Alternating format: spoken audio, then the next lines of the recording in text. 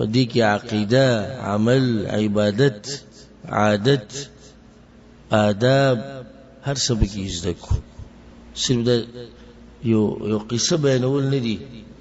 صرف سیرت دې نه دی بیانول چې بس شي او سنو شي. د هرې خبرې نه به الله په توفیق سره فائدہ راو باسو هغه بیانو. الله سبحانه تعالی موږ له هغې توفیق راکړي.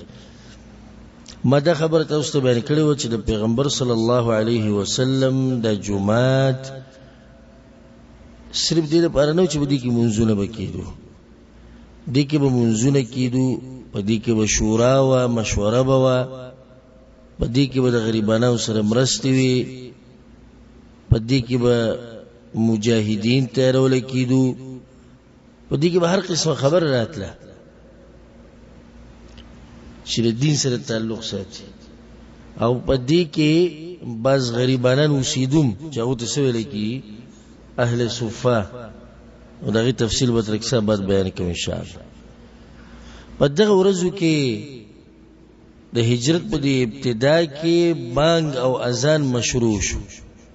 مخکې بانګ او اذان دا نه و. هغه اواز چې تاسو اورئ 5 ټیمه، هغه خوږ اواز چې هغه زړه ته سکون رسوي. بعض مسلې چې هغه د اذان سره تعلق ساتي، بعض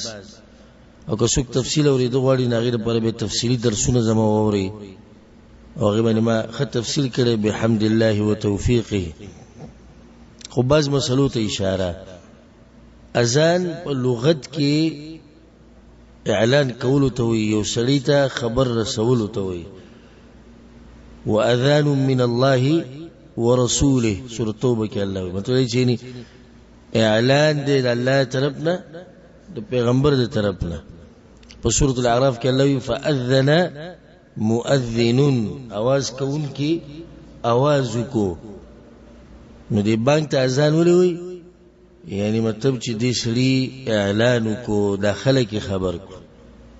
او په شریعت کې اذان دې ته وایي چې اعلان کول په دې چې وخت داخل شو د مانځه په مخصوص الفاظو سره، مخصوص الفاظ، یعنی هغې نه پکې زیات او کم نشي ویلی. به دې خبرې ته به اشاره وکړو چې بانګ مشهور بانګ چې کوم دی او د غالبا امت په عمل له هغه بانګ دی چې بلال رضی الله عنه ویلی او هغه ته نسبت کیږي. او ما اقامت ته کوم چې کیږي هغه هر جمله به یو پیر وي او بانګ هغه دوه پیري. دا معروف او مشهور ده. بل بانګ دی د ابو محذور رضی الله عنه او باغی کې دا دی چې اشهد ان لا اله الا الله چې کله ووایي نو بیا به یو پیر به په تیز وي، یو پیر به په پټه وي. دا مسله چې دا اورېدلې مونږ بیان کړې مو تفصیل بیا دغه شان. او بیا اشهد ان محمد رسول الله باغ ذکر دغه شان. دا غي سره به دغه اقامت ته کوم زموږ په ملک کې دا غي سره بیا دغه اقامت ته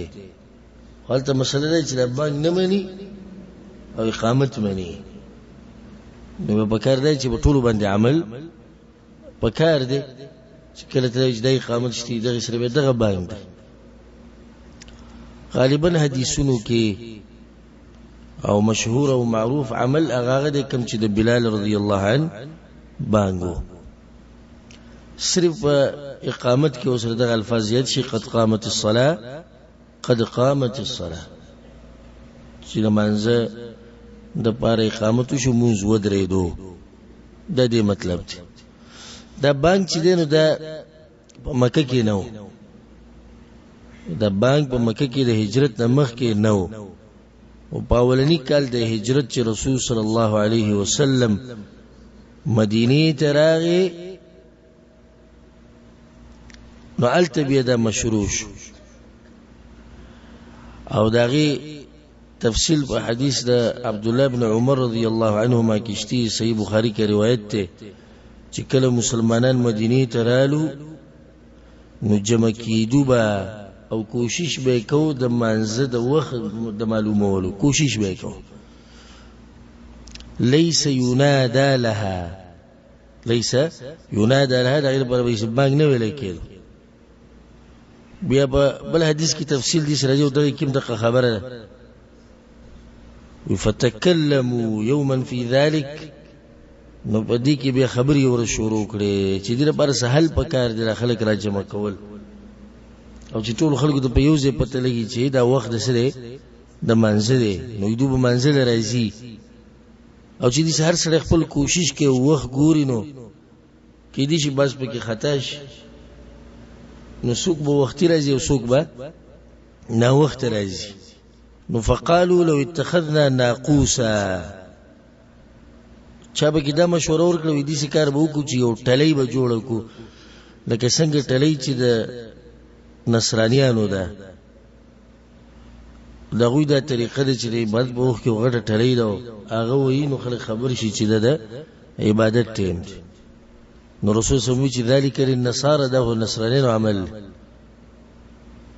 بچا مشوره ورکړه چې لو اتخذنا بوقا دې سې کار به وکړو چې لکه څنګه چې يهود هغه په خکر کې आवाज کو خکر به راغستو او باغی کې به په تیز आवाज سره आवाज کو وې دې چې چل به وکړو نو رسول الله صلی الله علیه وسلم لليهود دا خو د يهودو طریقه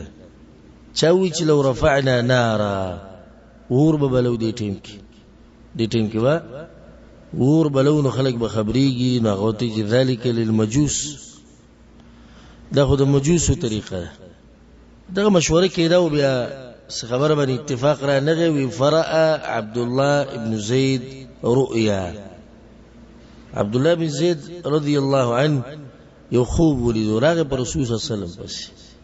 ويا رسول الله طاف بي وانا نائم رجل زو دومه وسلره بس راغه زما سره چې په لاس کې ناقوس هغه دکست مخکمو کې ټلې ته وي وی ما ته وی چې د الله بنده در باندې را خرڅې نه وی ما ته چې موږ خو د دې لپاره غستې چې بانک ته به خلک منځ ته به خلک را بولو وی چې افلا ادلک علی ما هو خير من ذلك زبط يوديس عملو خم چې هغه دینه غوړې وی ما ته چې وی چې الله اکبر دا بانګ وته فذكر الاذان سهر لچ رسول صلی الله علیه وسلم ته خبره وکړه نو رسول صلی الله علیه وسلم انها لرؤيا حق دا حق رؤيا دا خوب صحیح خوب د الله طرف نه دی خدام ثابتي نو روایتونه چې نور صحابه کرام دا خوب لیدل یوازې د نه لیدل نورم لیدل که څوک د اعتراض کوي چې دیو سړي په خوب باندې نورم لیدل بل دا چې رسول صلی الله علیه وسلم ته وحی شوی دا د دې بانک په اړه کې وته د دې خوب باندې اوس وحی شوی و نو ځکه هغه تصدیق وکړي چې انها لرؤيا حق او چې الله دې تصدیق نه کړي نو پیغمبر تصدیق نه کوو او دې کې څوک د اعتراض نشي کولای دا پالتو اعتراض به چې دا څنګه یو صحابي خوب ولید او غینه شریعت جوړ شو نه پیغمبر ته وحی شو چې دا خوب دا حق خوب دی هغه ته رسول الله صلی القي على بلال لارشو بلال رضی الله عنه دا بانګوخه فانه اندى صوتا منك هغه आवाज ستاره مزیدار او आवाज تیزوم دی نو بیا غلال او بلال رضی الله عنه دغه الفاظ خو د بانګ د روایت امام ترمذی امام ابو داود امام ابن ماجه نور کتابونو کې براغله نو دي چې دا بانګ چې د مشروع شو مسلمانانو لپاره خدای خبره ساتي چې بانګ حکم چې دغه فرض کفایي دی او فرض کفایي دا مطلب دی چې په هر مسلمان باندې لازم نه دی چې بعض مسلمانان په عملو کې نو د باقونه ګناه ساقط تر به ګناه نشته ها کټولي پریدي نو به ټول ګناګاری نو چې کله جمعات کې بانګ ویل شي د دې محله ولاقي ولا پر سره کافی دی نو دا فرض کفایي دی او دغه شان اقامت او کچته یو سړی منځ کو بغیر د اذان او بغیر د اقامت نه نو منځي صحیح دی منځي صحیح دی دلته یو مسلې ته به اشاره وکړو کله دې شي چې یو نیم جمعات کې مؤذن لیټ شي یا رانش جمعات کې بانګونه ویل شو نور جمعتونه کې خوښه کې بانګونه ویل شو خلکو واوریدو اورالو نو بیا دې بازو ذهن کې لري چې وس لازم دي چې بانګ بوي ک بانګ دی ونه موز نه کی نو دا خبره غلطه ده او کمزوري ده کچرته دوی موزو کو بغیر بانګ نه نو موږ یې سره صحیح دی ځکه چې موږ صد مخکې چې اذان حکم سره فرض کفایي او په نور جمعتونو کې اذان شوی دی کدی اذان وي صحیح ده کوي نه وي او موږ دې شو کو نو موږ سره موږ صحیح دی وی کله چې يهودو د بانګ ووریدو اول پر چې دا بانګ ویل شو आवाज وکړو لقد ابتدعت يا محمد صلى الله عليه وسلم شيئا لم نسمع به فيما مضى من الامم رسول صلی الله علیه وسلم ته आवाज وکوي بدعت کو نوې کار درويستو د دې کار چې هغه مخکې امتونه جلمنګ ده نه دی اوریدلی دي دا د يهودو طریقه و چې بدغه تقلیدونه کې پراته په خالي خلکو سکړي دا اوس پیغمبر دی اچره کوم خبره کوي خو هغه باندې عمل لازم دی ته کې دا خبره نه کی الله د آیت نازل کو په سورۃ المائده کې واذا ناديتم الى الصلاه اتخذوها هزوا او یا پیغمبر کله چې تاسو आवाज کوئ د منځ طرف ته نو دوی د خبرونه ټوغي جوړي کې هزوا ولعب او لوبي شماري خاندي پور او سبحان الله دا بانګ معمولی الفاظ دي ډیر الفاظ نه دي خو په دې کې د عقیدې مسائل دنیا شیبه کې د نفراتي د رسول صلی الله علیه وسلم د رسالت او د نبوت مسله به کې د نفرت ده د اسنی چې بس الفاظ دي او ختم شو هر وخت موږ د الفاظ ور زه دعوی سره د خبره کوم چې ډیر خلکو ته دې الفاظ پته نشي دي څه مطلب دی نو کله چې د الفاظ ویل شي الله اکبر الله اکبر الله لوی دی دغه ډېر مسلې چې الله لوی دی لوی دی الله د مشرکانو دغه باطل او معبودانو نه لوی دی الله د عبادت حقدار او ماغره لوی دی الله ستاد دغه کار نه کم کی چې تاسو مصروف یې لوی دی الله ستاد د دنیا نه لوی دی الله ستاد د بچونه ستاد د خزینه چې ته مصروف کړي د منځنه ځکه سلفو کې دي شي واقعیت مرغلي چې یو سره پکې سټکو کاری کو هغه سټکی چې څنګه اوچت کویو الله اکبر الله اکبر आवाज وره بس ټکی کې اکه سوته یو گزار دو پاتې نه الله لوی دی الله دې هر سره لوی دی چې دا خو ستاسو لکه اسی الله اکبر اور خابې دې جملې ته وګوره اشهد ان لا اله الا الله زګوي ورکوم د دې خبرې چې نشتی عبادت حقدار مگر یو الله عمل پې کواسي په خپل باندې وینا خو نه صرف اوریده خو نه دلته وځي گواہی کومه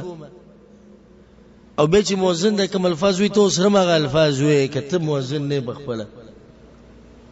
بیا په درګاونو دربارونو باندې پروتي نو دا هوته دروغ وي به د عقیده په تعویذونو او په منګړتو خبرو په خزعبلات باندې خپل عقیده جوړ کړي ته وي دروغ وي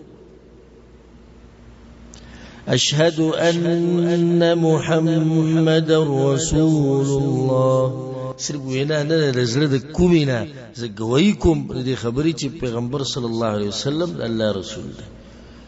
مطلب دا شو چې دی امت کې کې اوسره ډیرو موچت شي خو د پیغمبر درجه ته درسي او خبر خو ته مخ کې وکړه کله پیغمبر ډیرو موچت شي خو د الله درجه ته درسي خو ته وي اشهد ان لا اله الا الله دغه ثابت شو کړه نبی دې بس دا وي چې د پیغمبر درجه ته مسوک نه رسی ک عالم دی ک امام دی ک مجتهد دی ک محدث دی ک مفسر دی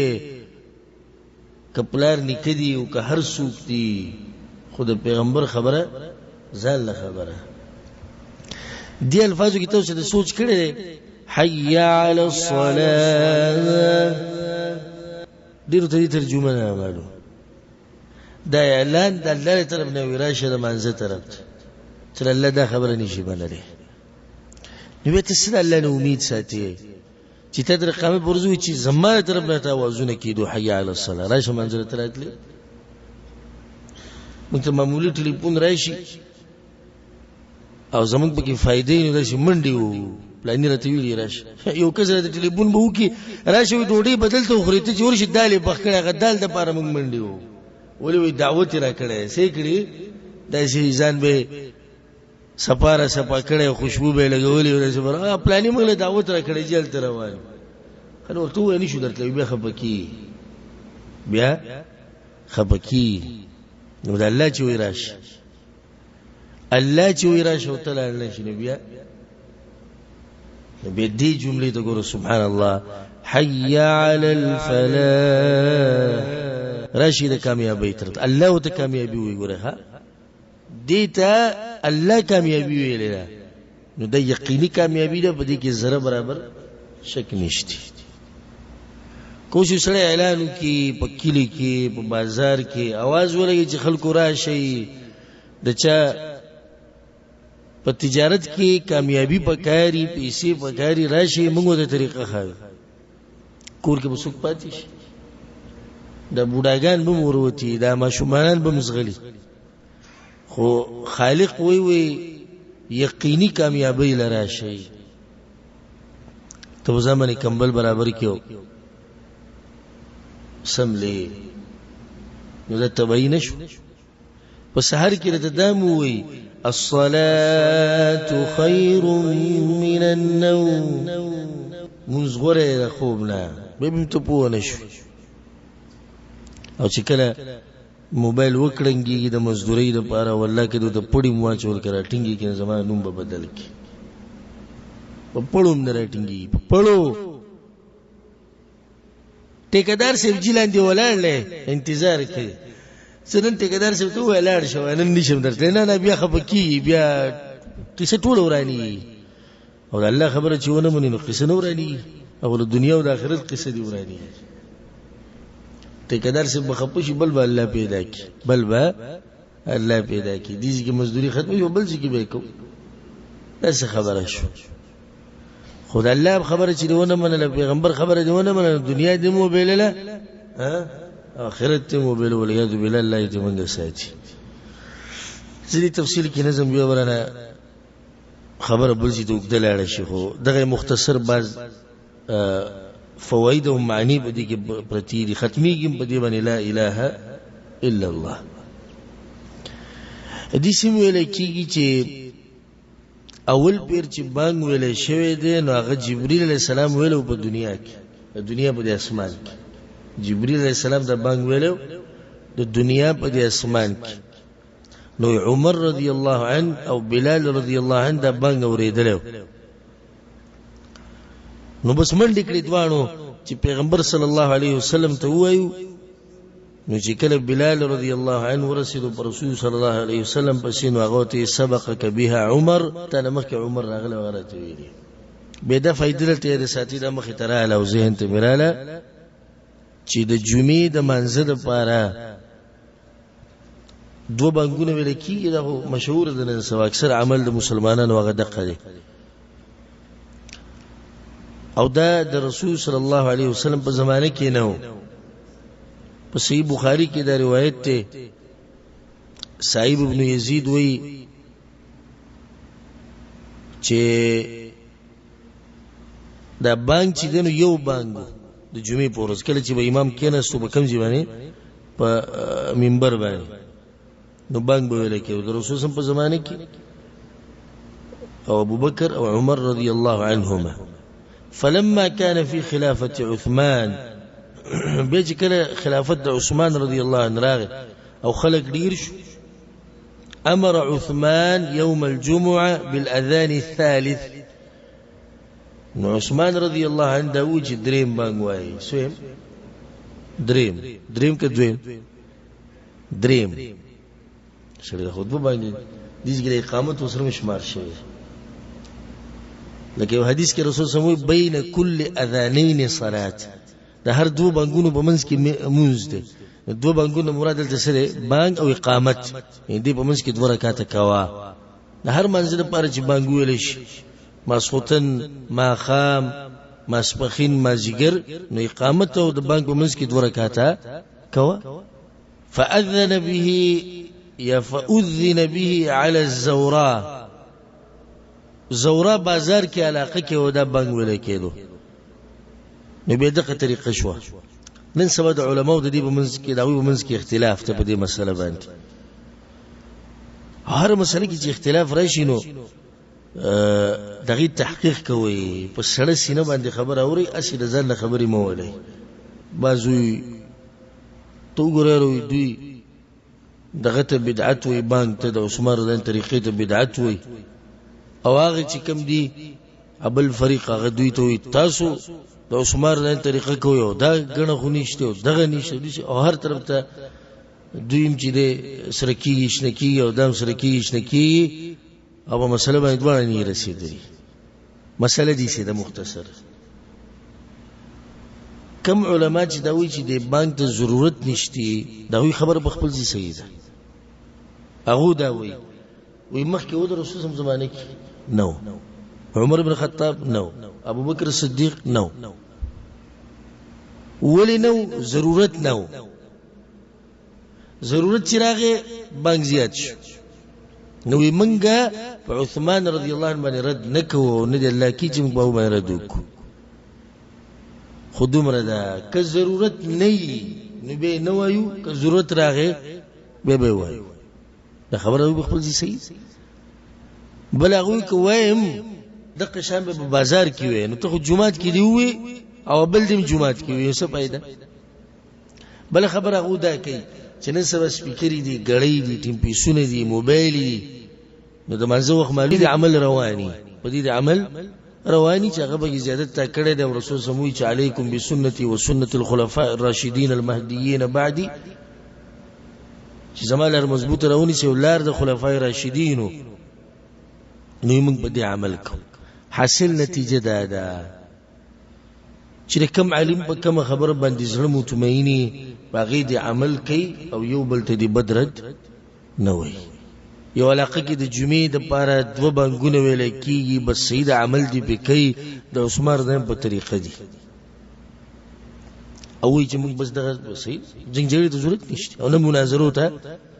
ضرورت شته. یو علاقه کې وی علماء محققین علماء جنا ضرورت نشته، وی دغه د عثمان طریقه رضی الله عنه، ځکه چې عثمان رضی ورید چې ضرورت و بانګي شروع، ضرورت نو غم نه شروع کو. اوس استاد خبره صحیح، یو خبري مجالي کنه مجال شریعت کې دنه، نو باقي جنگونو جوړول ته ضرورت نشته. الحمدلله زما خپل ځاني د نظریه ده، او د ملګروم دي چې نظریه جوړوم چې ځان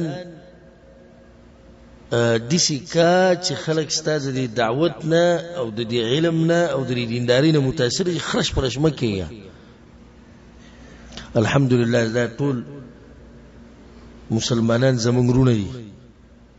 او کچا کې څه غلطي و نو دا غیب ول اصلاح کو، او که په من کې غلطي و نو زمونږ د غلطۍ به اصلاح کوي. دا دعوت او منهج دی د اهل حدیثو، او څوک چې د دې خلاف هغه به د اهل حدیثو په منهج نه پوه شي، هغه به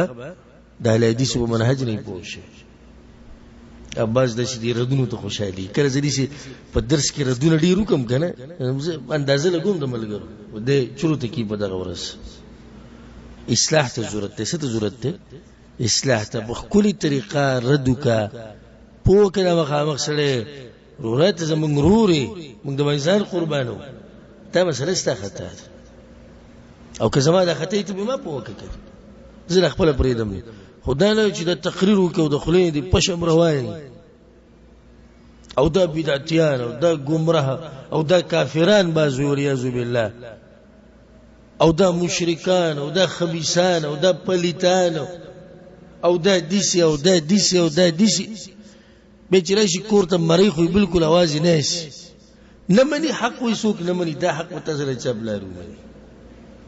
کومه طریقه چې ستاسو دا حق څوک نه مني. د پیغمبر د سیرت بیانول یو دا وجه دا چې موږ د خلکو ته وښایو چې د پیغمبر دعوت څنګه و، د پیغمبر اخلاق څنګه و، څنګه هغه د قیادت کړی دی د دنیا، اسی خو نه دی کړی دا قیادت. ما تاسو ته د سیرت شروع کولو په اوله کې ویل چې صحابه کرام په منځ کې څنګه دشمنیان دي، څنګه خلکو ده د دې خلکو راټینګول ګوره چې حکمت سره نه والله کې راټینګي کی، چې حکمت سره نه نو والله کې راټینګي کی. نو ځکه دا اوستا مسله شو چې اذان دویم شتي او کنيشت دا بعض دیگه مناظری و بدعتی و تدای و غدای دا غلطه طریقه ده. لکه دا اوس مسله ده څه چې د رکوع نه راوچت شي لاس په سینې کې د سیده بینیسي د علماو اختلاف، هر عالم خپل دلایل بیانوي، خو مسله د دې خو نه چې دا بل ته بدعتي وي او ابسې کنځلې کوي او ته بدې ردي. دا ټول زمونږ څه دي، زمونږ رونه دي، زمونږ د زړه سرونه دي او زمونږ ذمہواري د دوی اصلاح کول دي، نه دا چې د دوی زغلول دي د الله د کورونو نه، او نه زمونږ کار شتي د مرداباد او زنداباد سره. ما دې سره کار نشته، کینه ما سره صحیح طریقه رته بیانوم، غلط رته بیانوم، صحیح ته ویم چې وې منه، غلط رته ویم چې پرې دا دې ته دعوت نو دعوت نور دعوت خيري او نو مغستو ته ضرورت. رسول صلی الله علیه وسلم بکله کله خبر ولیده منبر ته وخته ما بال اقوام سی چل ویلا باز خلق دا کار کوي، بازو کې باغ ناس مخامخ بناس خدا غنوم به ناغستو کې چې نو موالی بیا د پزت کې ودري خلکو ته دی و شرمو، خلکو ته دی ښکار. نو بدی کې د حکمت نه کار لري، الله دې به موږ پوهه. دا باز مسلې چې تعلق ساتي د سره د اذان سره او په وخت کې بلال رضی الله عنه باندې وي سبحان الله غچ بره وخته کنه او کې اذانونه بره وي دا باندې به د مدینه به شي په خو زیاده غي باندې سره خسته باندې به او د الله سبحانه وتعالى نعمت په موږ باندې ده چې موږ له دې ملک را کړی دی، کاغه زمونږ خپل ملک دی او کاغه دا ملک ته سعودي عرب چې موږ پکې الحمدلله باندې جمعتونه پکې شتي، منځونه پکې کیږي الحمدلله. والله د مسلمانانو ملکونه خاد او آباد لري همیشه. بل کار رسول صلی الله علیه وسلم داو کو چې رورولي قائم کړه د مهاجرینو او د انصارو په منځ کې. دیس کې ولک تفصیل کو. ما دا خبر مخکې ذکر کړی و چې کله مهاجرین رالو مدینه ته، نو مدینه کې اوس او خزرج ول اوسید. د دې د لاسه چې مسلمانان دلته رالو، مشرکین د بهر نه کوشش وکړو، د غوی اقتصادي حالت خپل څه شو ام کمزوري شو. خو اوس دې له سهل را وست غواړي کنه چې دا دومره خلق را جمع شو او د مهاجرین رالو، نو سبق اوس او د دوی کورونه نشته، د دوی مال نشته، د دوی تجارت نشته، دلته څوک دومره پیژني نه،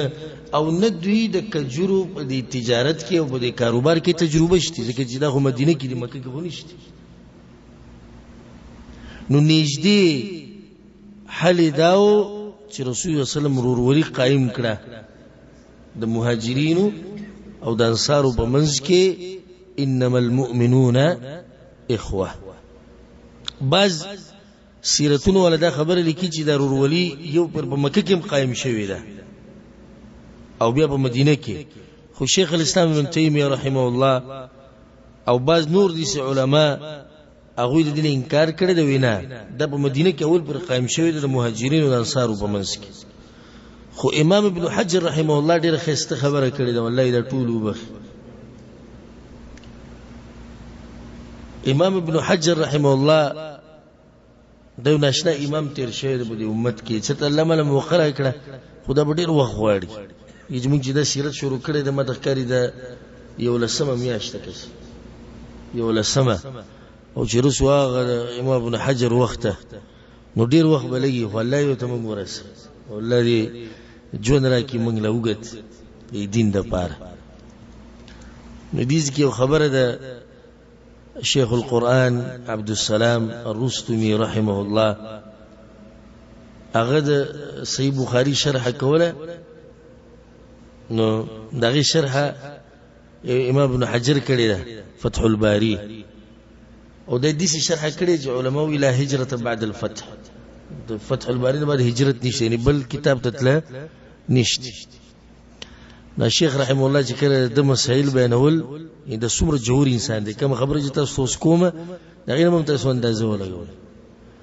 نو شیخ رحم الله امام ابن حجر دا وی بیا غلش ابن حجر لکه زوی د شي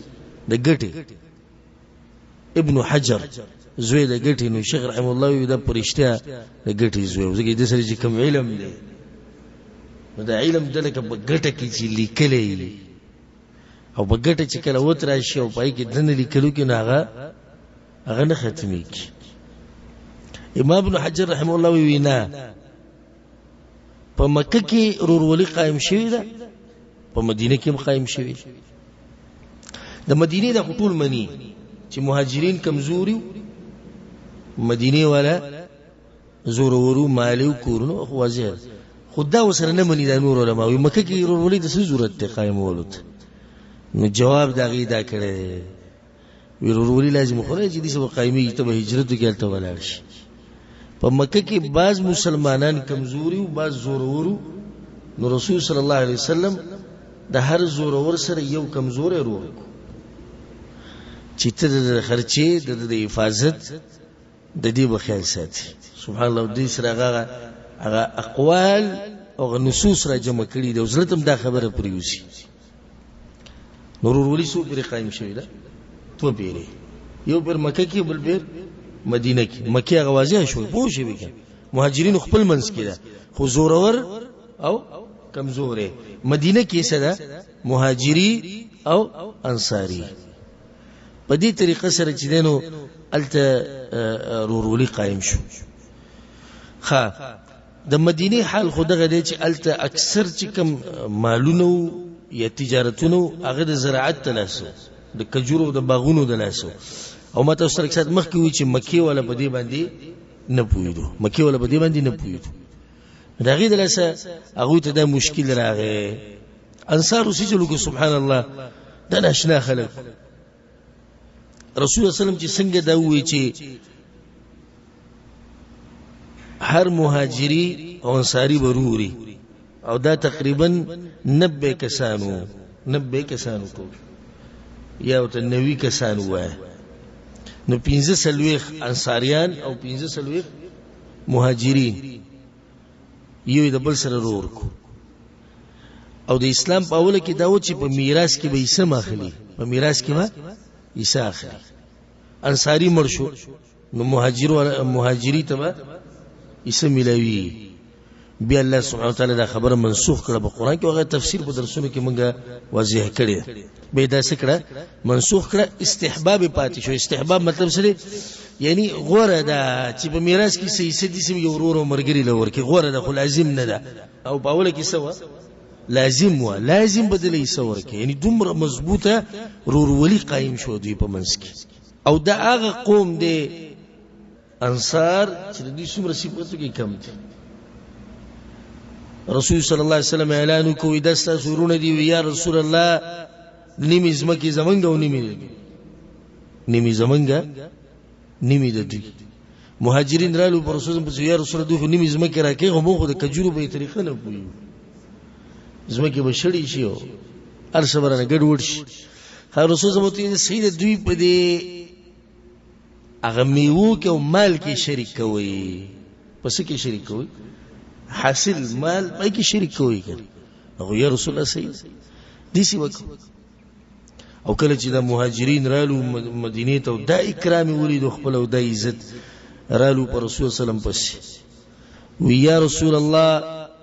ما رأينا قوما احسن مواساة في قليل ولا احسن بدلا من كثير منهم لقد كفونا المؤنة واشركونا في المهنة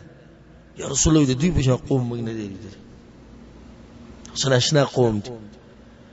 هغه تکلیف په ځان واغستو د ونه واغ ساتل او د باغونو او دوی چې په میوه کې او په پیسو کې به تاسو شریک وي. یا رسول الله یریږو چې د اجر خو ټول دی واغستو، اجر ټول مدینه ولا وګټو. دې چې د صحابه کرامو په ځل کې یو جذبه و، د اجر سوچ وکړو. پلانو زمانه مخکې شو، لکه څنګه چې موږ سوچ کوو چې پلاني خطبه کورونه جوړ کړو، زما سم دي یو دې پلاني سره دوه ګاډي، ما سره یو دې، او پلانې تنخواه 4,000 لري، لکه زموږ د سوچونو دغوی به د سوچ پلاني خو اجر ډېر وګټو. نو دوی رالو پر رسول الله سلام پسې. رسول سم ورته وی نو به یو طریقې زده کوي. هغوی څه طریقه دی یا رسول الله؟ د دوی دپاره دعاګانې غواړئ، د دوی دپاره دعاګانې غواړئ. دا داسې شوه لکه تاسې چې د دوی د خوب بدله ورکوئ. امام بیهقي په شعب الایمان کې دا روایت راوړی. الله دې قوم تذکره په قرآن کې هم کړې ده. په سورة الحشر کې الله سبحانه وتعالی وایي والذين تبوأوا الدار والإيمان من قبلهم، او هغه مؤمنان چې د مخکې نه د هغوی په مدینه کې کورونه وو، صفات د هغوی واوره. يحبون من هاجر إليهم، اولای صفت دا چې څوک د دوی طرف ته لاړ شي دوی سره محبت ډېر کړي. د اسلام هغه تربیت ته چې موږ له راکړې او باغې پسې بیا د پښتو تربیت هم دی چې موږ له راکړې. نو کوم سړي چې دا صفت نه نو د کې د اسلام هغه تربیت هم نشتی، او د پښتو هغه تور طریقه او تم نه ده معلومه. دا زموږ طریقه ده الحمدلله چې څوک دې خواله راشي کله هر څنګه یې ته بر د مبارک خبرې موریدلی دا به خسړم نه، خو چې راغی بیا راغی. او باز دي چې انسان ورته حیران شي. الله دې دا صفت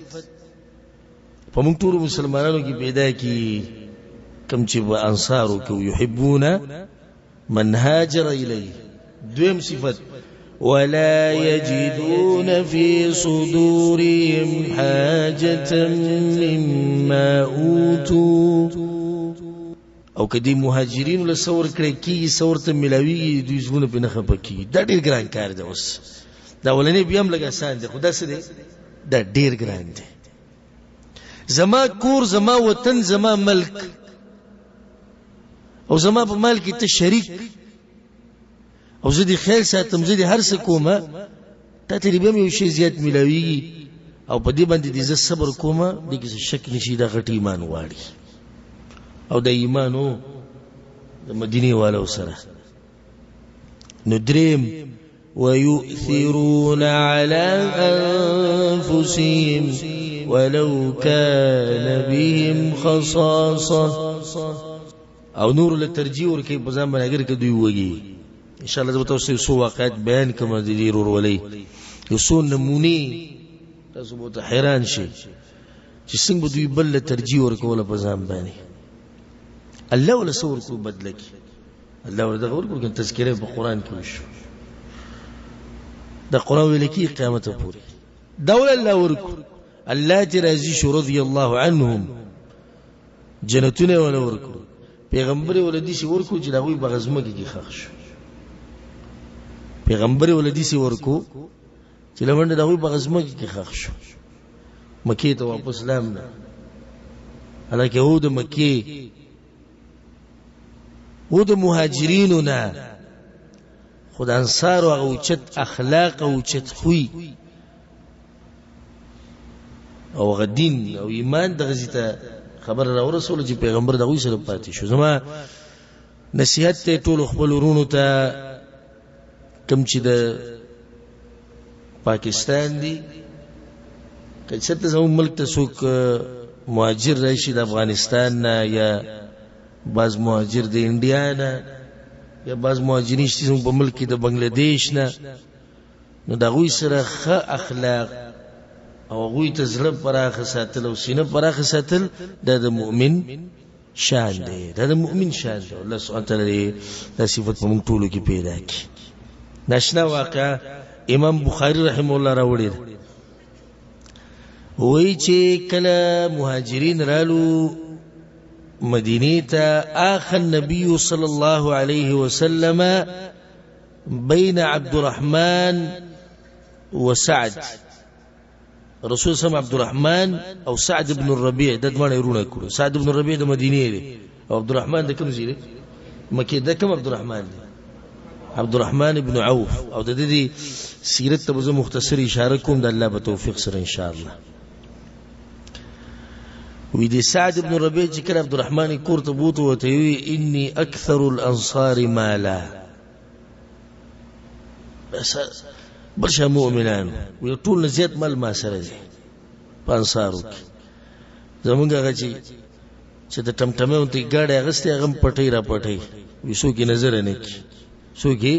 نظر نه کی. دا خو د ګمان دی په مسلمانانو باندې. وی ټول زیات مال ما سره دي. نو دې کار کوو چې نیم زما او نیم ستا، نیم زما نیم ستا. دې ایمان ولا بیا دې مور ما ته وخی چې هغه دې بچی راوړي چې نیم زما او نیم ستا. شتي دې مور پیدا بشي دې مور نه. دغه اوچتو زنانو په خېټه کې دغه اوچت الکان پیدا شوي. د قصې دي اوس د واقعي دي د سیرت دی بس. خو دې نیم زما او نیم ستا. او حال دا دی چې په مسلمان باندې سختي دی فیسبوک باندې ویډیو جوړي. څه جوړي؟ ویډیو. دې زمانه کې به پیدا کې نیم زما او نیم ستا. دویمه خبره ولی امرأتان او زما دوه ښځې دي. نو دې کارو که چې ته دواړه وې نه کم ستا خوښه شوه سمیها لي نوم یې راته ووایه اطلقها زه به یې طلاقه کړم. فاذا قضت عدتها کله چې عدت ختم شي فتزوجها ته ورسره واده وکړه. دا خبره ته په هغه وخت کې کړې وه چې حجاب لا لازم شوی نه دی. حجاب مسله به وروسته راځي. دا خو هغه ابتدایي حالات دي د مدني دور. او ته وی داسې کار وکړه چې د ښځې وګوره چې کومه ستا خوښه شو هغه ستا او دا بله ما ته پاتې هغه طلاق کړم چې عدت پوره شو بس بیا واده ورسره وکړه. هغه ورته بارک الله لك في اهلك ومالك. الله دې ستا په مال او په اهل کې برکت واچي. اوچت خلق خدام دي خو مخامخ هم اوچت خلق دي کنه. اوس که زموږ په زمانه کې چاته ووایو معمولي ست یو کو نو څوک مخ نه اړوي. ځکه ما تاسو ته واقعه بیان کړې وه. یو غریب سوال کوو، یو کس ته لاس نیول هغه له څه ورنه کړو.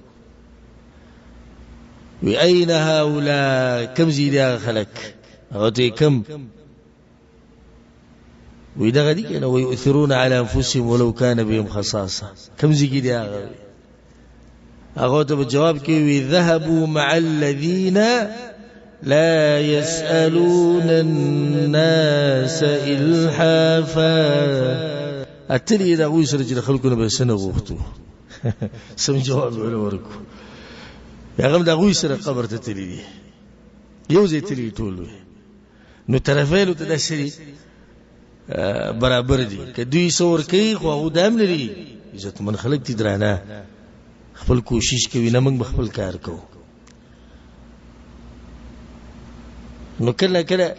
یو سړی یو جانب ته نصیحت کوي او بل جانب پریدي چې بل طرف ته وګوره کنه دا طرف نه رد عمل سره. په لاهور کې زه یو عالم سره مېلمه شوم. نو هغه د بعضو ملګرو نه تپوس وکړ. د پنجاب ډېر مشهور او تکړه عالم دی الله جل برکاتي ژوند ورکړي. هغه د تپوس وکړ هغه بعضو نه وي روټۍ به خورو که ما اوس وخندل. ما شیخ ابراهيم عليه السلام ګوره فما لبث ان جاء بعجل حنيذ لو وخنو تیر شو غس خیر او ورید کړو. علماء غصم ذهني به غټ علماء ما ته وی خند بیا ملمنو ولم لاس نو ور وړي دی لکه بیا وېستنو اس وکي د پاتې کی نه دغه ملمنو وې سملمانو. سید ابراهيم عليه السلام یو چت انسان دی او مقامهم وجد خلق ناشت. نو دا عبد الرحمن بن عوف هم سوکته کنه عبد الرحمن بن عوف رضي الله عنه ابو محمد د كنيت عبد الرحمن ابن عوف ابن عبد الحرث ابن زهرة القرشي قريش کېو ده او د پوخا اسلام قبول کړي که تاسو ته یادي ما ذکر کړی د بازو کسانو نمونه اتم انسان چې اسلام قبول کړي د عبد الرحمن بن عوف رضی الله عنه اتم انسان اسلام کې ننوتون کې هغه څوک دی عبد الرحمن بن عوف د اتیان ولا قصه چې راتله دا غینه لس کاله بعد دی پیدا شوی نو دی نوازي چې پیغمبر نه څوک کاله کشر دی لس کاله دی کشر دی او دوه هجرتونه کړی دي حبشه تم تللی او بیا دغه تم راغله مدینه تم راغله عمر بن خطاب رضی الله عنه چې کله وفات کېدو نو شپږ کسان مقرر کړو اصحاب الشورى په پتا سو کې یو سړی شي خلیفہ شي یو په عبد الرحمن بن عوف رضی الله عنه عبد الرحمن بن عوف هغه انسان دی چې د بدر په غزا کې او په ټولو غزاګانو کې دی شریک شوی او د بدن ډېر دنګ انسان ډېر دنګ انسان او رنگ سپینو سپین سور رنگیو او مخ ډېر ښایسته او غټه ګیره و ګیره ګڼه و او ګیره چې سپینه شوې د سر ویښته نو هغه رنګ ول نه بدله واقعا سپینو او دا غاښونه اوږده غاښونه خصوصا د غاړو ده دا اوږده ډېر او دا ولي غرټ ولیو او د الله په لار کې دا دوه غاښونه ولیدلي مو دوه غاښونه د مخې ته دا نو د الله په لار کې ولیدلي جهاد کې او ګوډو مو او ګوډ دی راسو چې د احد په غزا کې تقریبا 60 گزاره په دمه د تورو لګېدلی نو دا غي درسه بده ګوډ ګرځي ګوډک سیرت کې راځي عبد الرحمن بن عوف رضی الله عنه چې وکړه وخاندل او دغه دوغه خونه زیب ښکار شو دغه حسن ته پوس موږ سمره خپل وښکارید چې د ایمان غ نور او بیا دوغه خونه په جهاد کې ولیدلی الله په لار کې ولیدلی شام کې شيخه خولي ګډه بد ښکاری خو هغه چې وکړه وخاندل دغه زیب ښکار شو نو خلکو به دغه صفت د دې د لاسه کو عبد الرحمن بن عوف چې وخاندل دغه دوغه خونه غزي چې ښکار شي نو سړی چې کته مو ته په مخ او دغه جهاد کې د گزارونو د لاسه ګوت شوی مو په خو باندې لګ عبد الرحمن بن عوف هغه انسان دی چې رسول الله صلی الله علیه وسلم وی امین فی اهل السماء وامین فی اهل الارض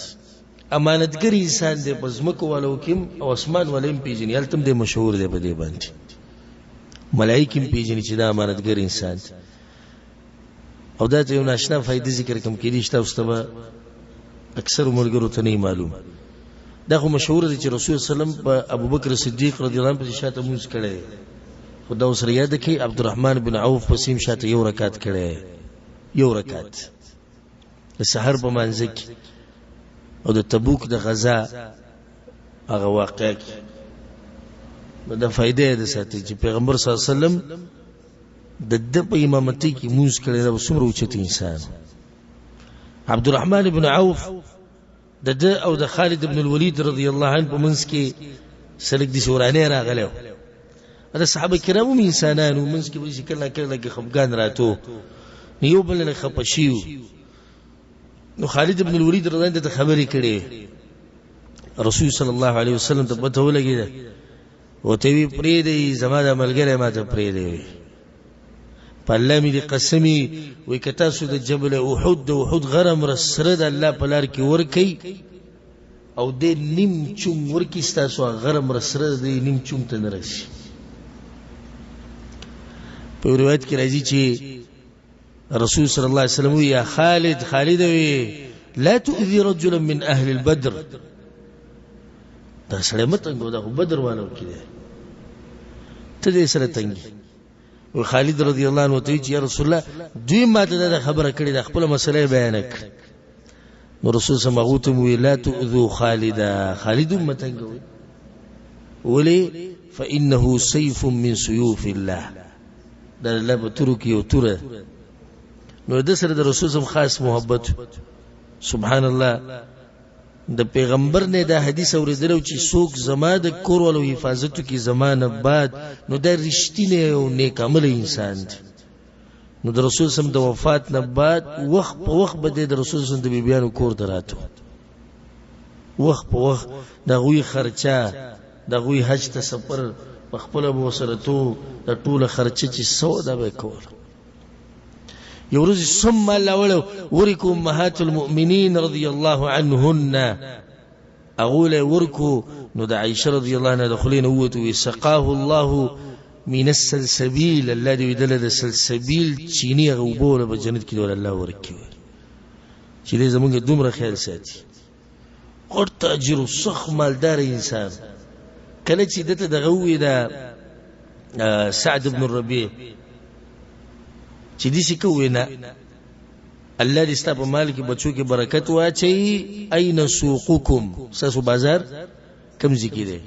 وی هغه ته بازار خو د بنو قینقاع د يهودو بازار غټ. نو په دغه اولنی ورځ چراغ نو د ځان سره غوړی او سامان راغستو دی ګټي اولنی ورځ او بیا پکې دی گیا شو یو ورځ راغی پروسس هم پسې دي سي رنگونه کې په لګیدل او د خوشبو رسول صلی الله علیه وسلم دا سيدي عبد الرحمن يا رسول الله تزوجت وادمي وکړو تجارت کې لګي پیسې ګټلې واده وکړو. رسول الله ته مہر دې څومره ورکو وی دا کجوري د دانه نه دې امر مې ورکو سره زر مې ورکو تقریبا توله دې وته وی دا مہر وکړو. رسول الله ته ولیموک ولو بشات اگر کې یو ګډه لري ولیموک خوشالي موقع ولیمه وکړه. دغه نه روان شو دومره مالدار شو چې په صحابه کرامو کې چې کوم مالدار صحابه کرام دي او یو دادي عبد الرحمن بن عوف رضی الله عنه بس سیرتونه کې راځي وي چې خوره به راوغسته خوره بازار کې به خرڅول هغه به دیم خلکو واغسته. تو برکت الله دې په تجارت کې اچوله. او یو پیر پر رسول صلی الله علیه وسلم بشراغه او رسول صلی الله علیه وسلم امر کوي صدقه ورکي ضرورت ته ويا رسول الله نیم مال د الله لپاره نیم مال څومره مال نیم مال د الله لپاره بس وخت بعد راغی نو سلويخ زره دینار راوړي رسول صلی الله علیه وسلم یا رسول الله دا سوخت بعد راغی نو 1500 اسونه راوستیو. رسول صلی الله علیه عبدالرحمن دا وی مجاهدین لپاره یا رسول الله 1500 اسونه د دې الله په لار کې ورکړي. او امام بخاری رحمه الله دا روایت راوړل چې عبدالرحمن بن عوف رضی الله عنه دا وصیت کړو چې هر سړی چې د بدر په غزا کې شریک شوی او وشتي ژوندې دی د به هر میاش ز 400 دینار ورکوم. هر میاش به 400 دینار ز ورکوم چې بدر کې شریک شوی. او بیا د رسول سم بیبیانو د پارم د قشن وصیت کو چې دوی لبم زهره مجدوم دوم ورکوم دا لازم دي. په روایت کې دا راځي چې یو پیر په مدینه کې شور شو نو عائشه رضی الله عنها معلومات کړو دا سې چل هغه ته وی د شام نه د سوریه د طرف نه د قافله راغلي دا او سامان د خوراک راوړل د عبدالرحمن بن عوف ته پاره دي. وی دا څومره قافله دي څومره شور وی وسو خاندي سو خاندي وسو خان دا مدینه کې چې ولړ ته ځوان د زور ټوله پډه کی خلک ټول را منډي کړو سامانونه اخلو چې مدینه کې دې لګا غربت راغله چاوي دومره بدر کو د عبدالرحمن بن عوف رضی الله عنه مهلت غلی شي لګ پارام هغه ته ابو محمد سودا په سو خرسه وې دا ټول ستاسو د پاره د الله د رضا لپاره وزي. هغه وسو خان مدینه کې ټول باندې تقسیم کړو دا ټول ستاسو د پاره دیو نم پیسې نه وسو خان د الله لپاره هغه ټیم ور کړی. عبدالرحمن بن عوف رضی الله عنه سیرت خو ناشنا سیرت ما بیان کړی دا غووري تفصیلی سیرت ما بیان کړی دی کچته موقع ته ملو شنو الحمدلله ملګرو سره په نیټ باندې هر ځکه ملوي نو هغه ګوري د عبدالرحمن بن عوف رضی الله عنه سیرت التم تفصیلی سیرت بیان کړي. کله چې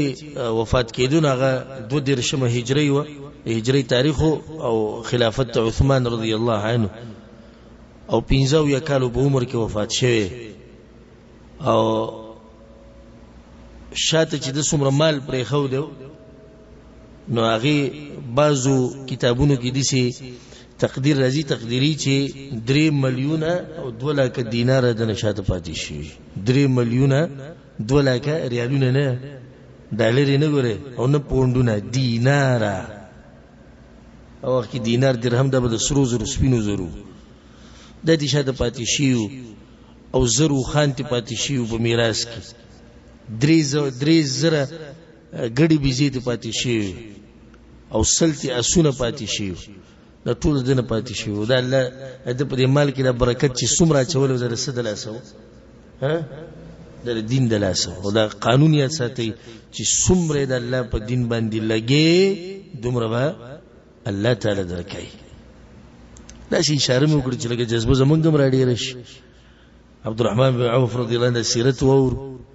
نو د مال د ډیرولي او طریقه الله په لار کې مال لګول او چې څومره ولا غوټي ورکه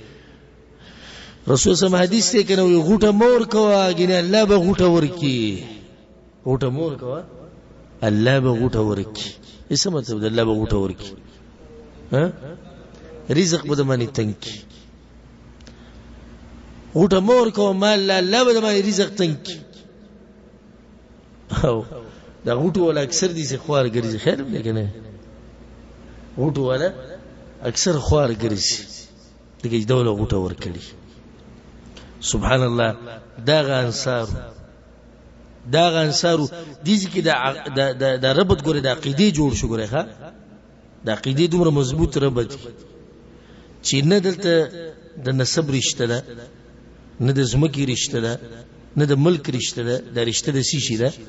ها د عقیده رشتہ ده ابو عبیده رضی الله عنه چې کله خپل پلاری ولیدو د بدر په جنگ کې چې هغه د مشرکین په صف کې ولاړل نه خپل پلاری په خپل قتل کړي سدلاسه عقیده دلاسه چې د پلار عقیده د کفر او د شرکی او د کفر مرسته کې د مسلمانانو په خلاف انجام بيدای اگر کپلار دي دغه ټول زوره خبره هغه عقیده ده دغه شان ابو حذیفه رضی الله عنه پلار دغه مشرک او چې کله مړ شو نو په خپل راخ کودو او د بدر د غزا نه بعد چې کویت د مشرکان غزارل نه خپل پلار به کې مغزار کو مصعب رضی الله عنه دا غرور ابو عزیز ابن عمیر نو د بدر په غزا کې د قید کړي شو یو صحابي نیولې را روان کړي د مصعب په مخ کې تیر شو چې تو کو د غزم غرور سو سخه له د سوي د پریده وي اشدد يدك علي مضبوطي وتړوي مور د ګور ډیره مالدار د خمال بدل درکې وي دا اوس د ورور دی د بل د خپل مور وي خو مضبوطي وتړه ګور مور سو مالدار د خمال بدل درکې وي ځکه چې دلته عقیده د ټولو نو چته ده عبد الله ابن ابي ابن سلول منافق خبيث چې دا خبره کړو وي زه مدینه ته لاړ شم نو دا بي عزت بتی او با سم بي عزت چاته رسول سلام ته الله په قران کې دا خبره کړې دوی لا ارجعنا الى المدينه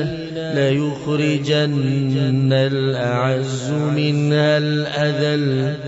او دا خبره د غزوی ته ورسید عبد الله دا غنوم عبد الله مدینه په بارډر ولا او تور سره لاس کې خپل چراغ دې په دې وګو د تور کې هودنه نشیتلې چې ته زما زوی سب کړي وړي ویني شیتلې تصویر چې زما بي عزت او باسم مدینه نه نن به پته ولګي څوک عزت مند او څوک بي عزت لري رسول صلی الله علیه وسلم د خبر ورسید راغه پرې دی یا رسول الله ستاسو باره کې د ویلو ویزه خیر دی پرې دي چې پلار دی خو چې پیغمبر خلاف خبره کوي نو بیا هغه رشتہ مضبوطه ده کوم چې پیغمبر سره ده نوح علیه السلام زویو دغه سره ونه خطو تباش الله سوي نوح عليه السلام سوي ربي إن ابني من أهلي الله زما غزوی دا زما بکور والو کیو پلار دې په بچی بیام زله سوزي الله وتسوي يا نوح إنه ليس من أهلك نرستا کور والو کی علماء دي کې فائدہ بیانې چې ستا رور ستا پلار ستا زوی ستا په دین ستا په عقیده نه دی دیندار نه دی د الله دشمن دی د ستا په کور ولګ شمارل کیږي نو مې شمار ځان سره الله نوح عليه السلام تسوي انه ليس من اهلك نو ترابط تسيشي ترابط عقیده او ربط عقیده د ټولو مضبوط سوي الله سبحانه وتعالى بسوره المجادله لا تجد قوما يؤمنون بالله واليوم الآخر وبنمو میته قوم چې په الله باندې ایمانی او په آخرت باندې ایمانی او په هغه کې د صفتی یوادون من حاد الله ورسوله دایسان چې په الله باندې ایمان دی او په آخرت باندې ایمان دی کې دې نشي چې دې دا هغه سړي سره محبت وکړي چې هغه دښمنی کوي د الله سره او د پیغمبر سره ولو كانوا آباءهم او ابناءهم او اخوانهم او عشيرتهم کدغه پلاری کدغه زوی کدغه روري کدغه خاندانی عبد الرحمن ابن ابي بکر کله چې مسلمان شو به خپل پلار ته ابو بکر صدیق رضی الله عنه وې د بدر په جنگ کې وی ورزسته د مخې نه پټېدم وې مې چې پلار مې د ستا احترام میکاو مشرکین سره راغلو هغه ته زویا زه خو د ذکر زیدم که زما په لاس راغله نو ما دغه احترام نکو ختمولې مې وي چې ته مسله د ایمان ده مسله د عقیده ده ټول مسلمانانو ته زمونږ ده